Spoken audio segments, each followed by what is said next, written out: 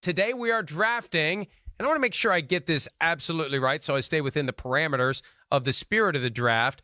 These are the most movie...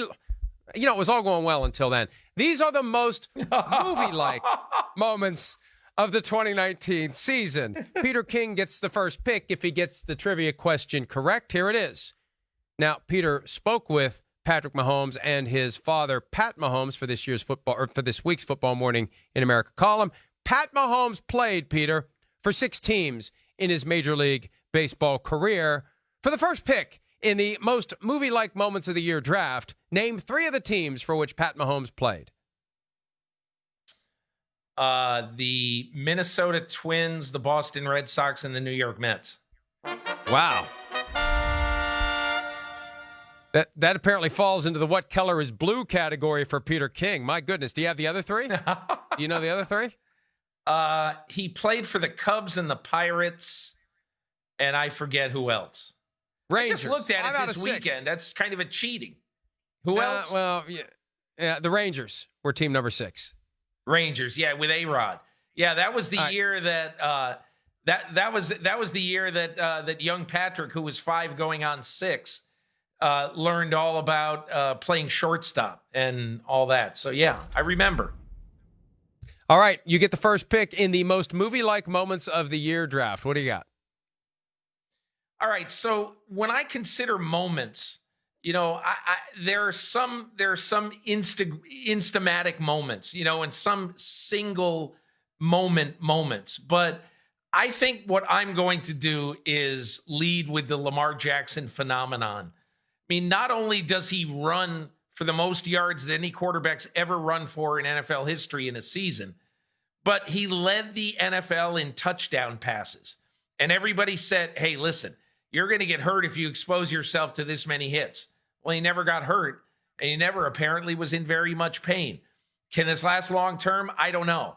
But Lamar Jackson had the most phenomenal season that a quarterback has had in a long time, and clearly one of the most phenomenal seasons a quarterback has ever had. So I will take the Lamar Jackson experience for number 1.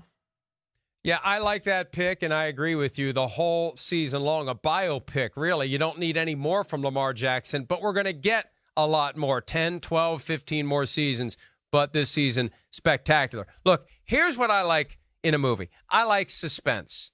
I like to not know what's going to happen next. I like it to be something that can be anything. I have no idea. I'm completely in the dark about what's going to happen next. That's when I am fully and completely entertained, when my mind is engaged, when I'm braced for anything, and I have no clue what the result's going to be. So for me, the most movie-like moment of the year was every single pass interference replay review because it fit the profile perfectly. I never knew. I never had any idea what it was going to be. It was complete and total suspense. Every time they came back from commercial and told us what the official had decided, that's news to me because one week it's here and one week it's there and then it's this and you think it's going to be overturned and it's not overturned. You think it's not going to be overturned. It is overturned. So every week, every replay review was like sitting through a whodunit or some sort of suspenseful movie with drama at every turn and uncertainty abounds because I had no idea what Al Riveron was going to decide for any one of those replay reviews. Peter.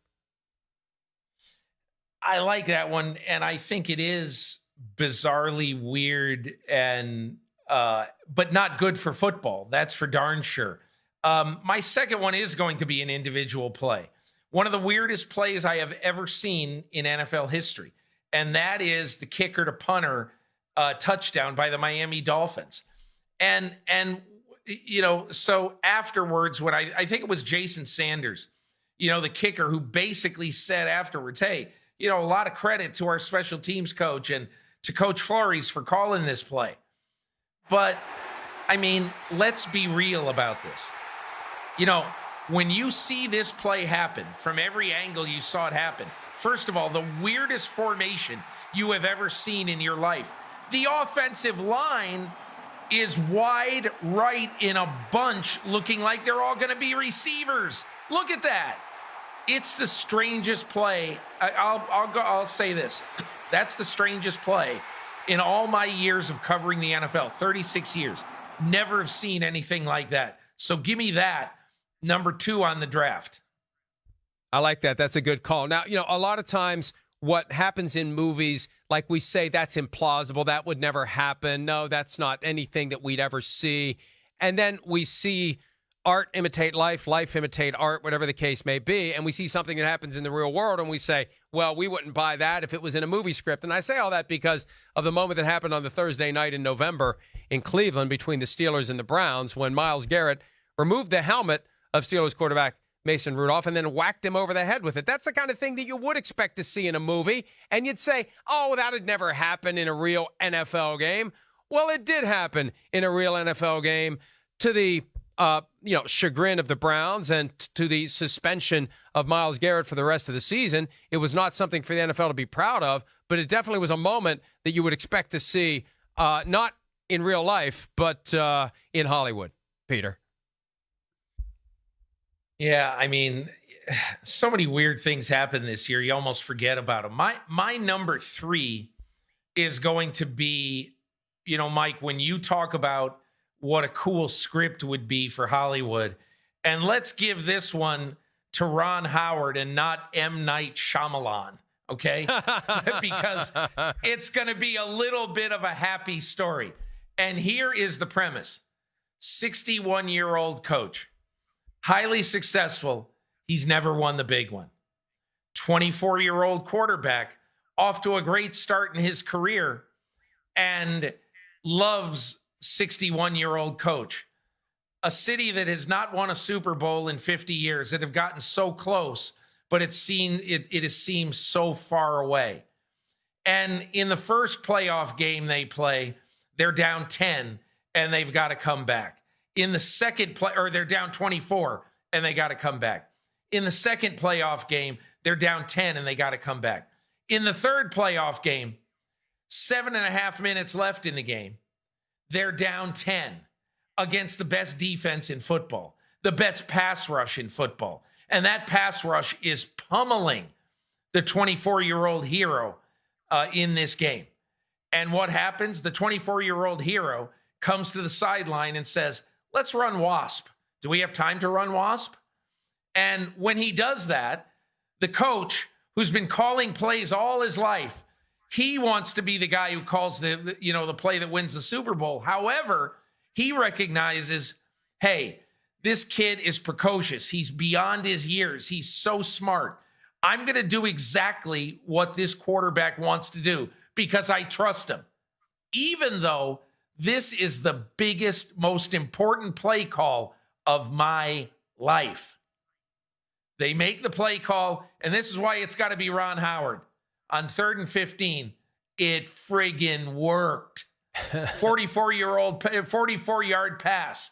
And they go on to score 3 times, not twice, in the last 7 minutes. And they win going away 31-20. And afterwards, the first words out of the 24-year-old quarterback's mouth, and I quote almost exactly, I really wanted to win this for Andy. That, to me, it not only could be a movie, but it should be. Yeah, and it's funny because I had the entire Chiefs postseason run. That everything about it is something that Hollywood would maybe reject. 24 points down, 10 points down, 10 points down. The offense is going nowhere, and all of a sudden you're going to wake up in the fourth quarter of the Super Bowl. Oh, sure, right. Yeah, that's going to happen, and it did. All right, one more for me, and I'm going to end where you began, Peter.